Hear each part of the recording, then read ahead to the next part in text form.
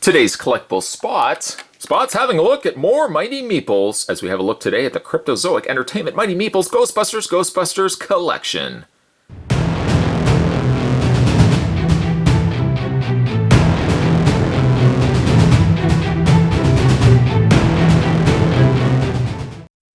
Yes, contained inside this collection, not only are you getting a tin, very similar to the tin that we got with the Hall of Justice set in a previous video, but you also get yourself a startup set, essentially, of some Ghostbusters Meeples to begin with, and then you can start collecting above and beyond those as you pick up the blind bag releases. It's recommended for ages 5 and up. There's a warning, choking hazard, small parts not for children under 3 years of age. You get 6 figures included.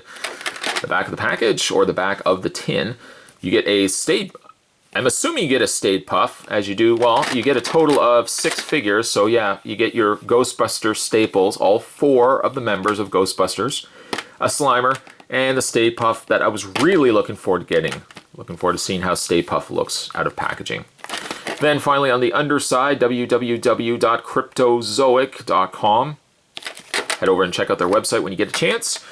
Let's get this opened up. I'm not going to take a break. There's no need for it. What I will do, though, is reach off camera and grab my knife, in this case, Hank, and let's get this cut open and see the Meeples.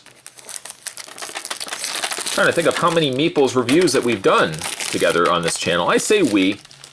I mean, I'm the guy that's shooting it. I'm holding them, opening these up, but you guys are watching these videos as well, and I always do appreciate that, so I like to think that we're doing it collectively. Love the tin, though. I mean, I think one of the cool aspects of getting the collectible sets is that you get a really great looking case. It is metal. On the back there, we've got Ghostbusters and the Mighty Meeples logo at the top there. But again, it is a nice metal tin. It's got also a slightly embossed or raised surface to some of the details here on Ecto-1. And I'm assuming it's going to be like the DC version. Yes, it is. DC version as well had a insert kind of keeping the core characters from this wave or this set contained, so they're not going to move around. But what you could also do too, just going to dump these all out.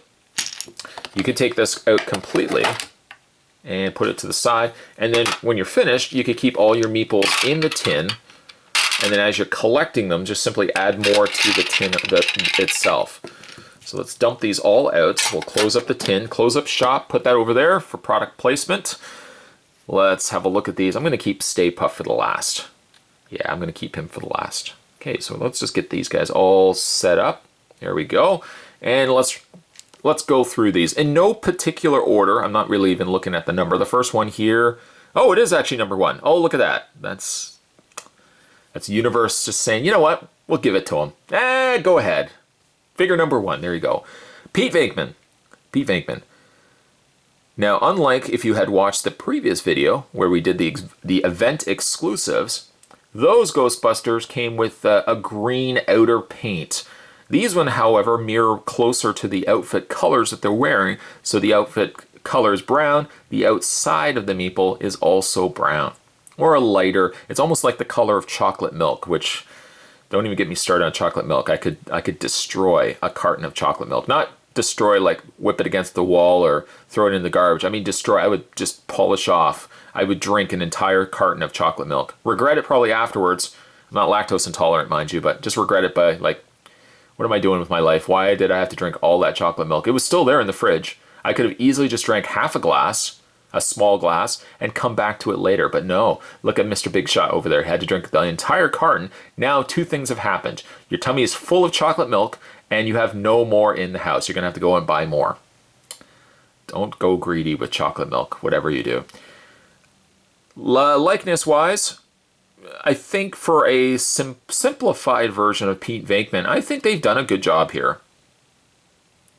Much like the DC franchise that we've looked at with the other Mighty Meeples, I think there's so much potential to expand this line to get other characters as well, like a Janine, for example. You could get some of the ghosts as well, which I think would be kind of cool. Imagine like a little Vigo. You could even do like a little Vigo. Obviously, probably because they are in this shape, you may not give him the actual frame, but you could give us like a little Gozer would be also really cool too. A Keymaster and Gatekeeper. Very, very nice, though. So there's Pete Venkman. Now, actually, while we're at it, Spot, what are you reaching off to the side for? What are you reaching off to the side for? Let's bring in, there he is, Pete Venkman. Now, this was the Slimed convention, or not convention exclusive, but it was an event exclusive. It's basically the same. Well, actually, that's not true. His face is slightly different, as you can see, from the right to the left. The outfit is very similar. The face, though, very slightly different from one another. And this one also had the green outline to it versus this one being the brown or chocolate milk color. There I go, talking about chocolate milk again. So there's the, again, regular version release of Pete Venkman and the convention or event exclusive. So put him there. Well, actually, we'll put his slime version next to him as well. Let's see. Let's grab Ray Stantz, which is... Oh, look at that. I didn't plan this. Meeple number 2, Ray Stantz. Non-slimed version. Why do you say non-slimed version? That seems rather odd just to be saying that. Well, that's actually because Ray Stantz, much like Peter Venkman, got a slimed treatment in the event exclusive bag.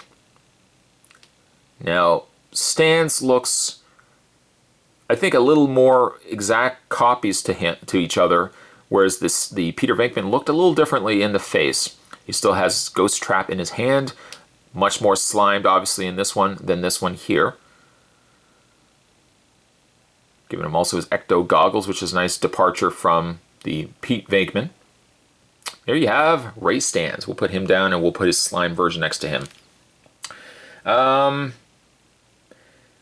was going to say let's check out the Slimer because the Slimer we also got in the other one, but you know what? Let's finish off the rest of the Ghostbusters, then we'll examine Slimer.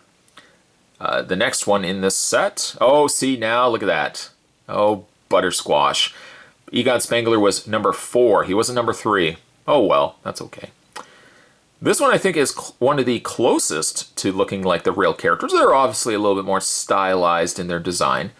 A little more cartoony representation of the characters. But I think this one looks a little bit more like Egon from the movie, maybe versus the Pete Venkman. Harold Ramis, you will be missed, sir. You will be missed. I was going to say my friend, but then somebody would say, you actually knew Harold Ramis? No, I wish I did. I totally wish I did. I loved Harold Ramis. Especially in the original, not Saturday Night Live, the SCTV. SCTV. I always loved watching him on SCTV. Back there, Egon Spengler. Egon! Number 4. Put him right down. And rounding up the rest of the Ghostbusters, we've got Winston Zeddemore. This is Ghostbusters 1 Winston, so he has a mustache. Good way that you can tell Ghostbusters 1 Winston to Ghostbusters 2. Ghostbusters 2 Winston had like that box cut haircut. I had that once when I was younger. Didn't work.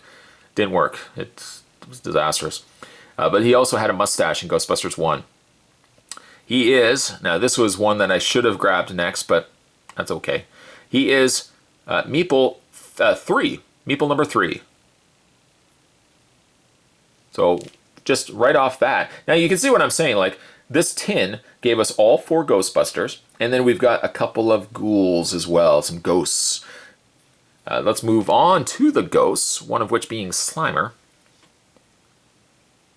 Now, I thought Slimer was going to be the same Slimer as the Slimer from the event bag release, and actually it is not. This one, as you can see, has the tongue sticking out. This one does not. This one also has his eyes a little bit more open. This one does not.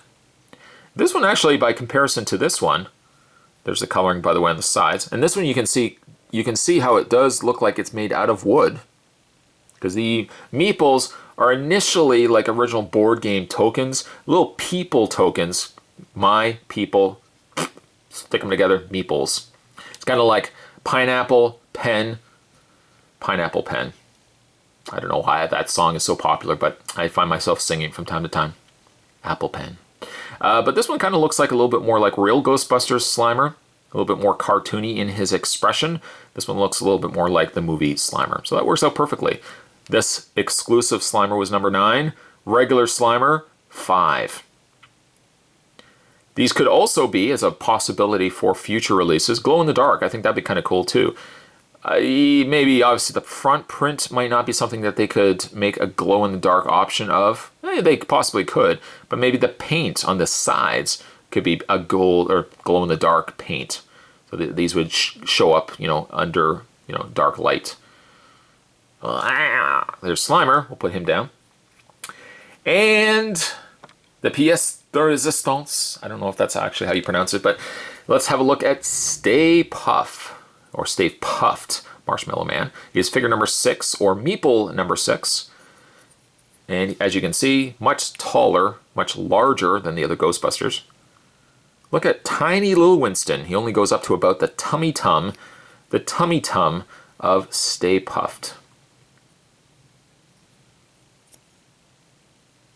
Something also that they could possibly look at doing as well is giving like a Mighty Meeple, a smaller version, and even calling these like Mega Meeples, different scale sizes that collectors could pick up. I think that'd be kind of fun too. A Mega Meeple. If Cryptozoic uses Mega Meeple, I'm not taking any credit for it. I'm sure they maybe already have that in the pipeline. Mega Meeple, Mighty Meeple. Or Monster Meeple. There you go. A nice big size Monster Meeple and a little Mighty Meeple down below. On the back, Stay Puft Marshmallow Man is Meeple 6. Maybe actually the fact that he's larger, you can see the texturing making me feel again like these are actually wood releases. It feels like wood. Not like going like this would necessarily indicate that they're wood, but it does feel like it's wood. The front is a painted gloss overlay, and then you've got the painted on the outsides there. Yeah, I really like these. I know the hard part is I don't know which I like more, the Ghostbusters. It's essentially two things that Spot grew up and still continues to like. DC Comics and Ghostbusters. Cryptozoic also being the first company to start giving us licensed Meeples.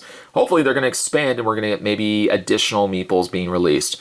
I mean, ones that I can think of the top of my head, imagine like a Back to the Future Meeples. Oh boy, hold on tight. Maybe get into like the Marvel properties, maybe some of the Marvel movies. I don't really know what licensing they have at their disposal, but definitely would be interested to see more Meeples in the near future. Today's collectible spot, you know what, we'll do it like we did with the Hall of Justice. We'll put it back on his display stand. There we go. Today we're having a look though at the Cryptozoic. This is the Mighty Meeples Ghostbusters collection, which basically gives you everything you would need. Your 4 Ghostbusters, a Slimer, and of course a Stay Puft Marshmallow Man. Stay tuned guys, Spot's going to have more collectible spots heading your way. As always, thanks for watching. See you next time.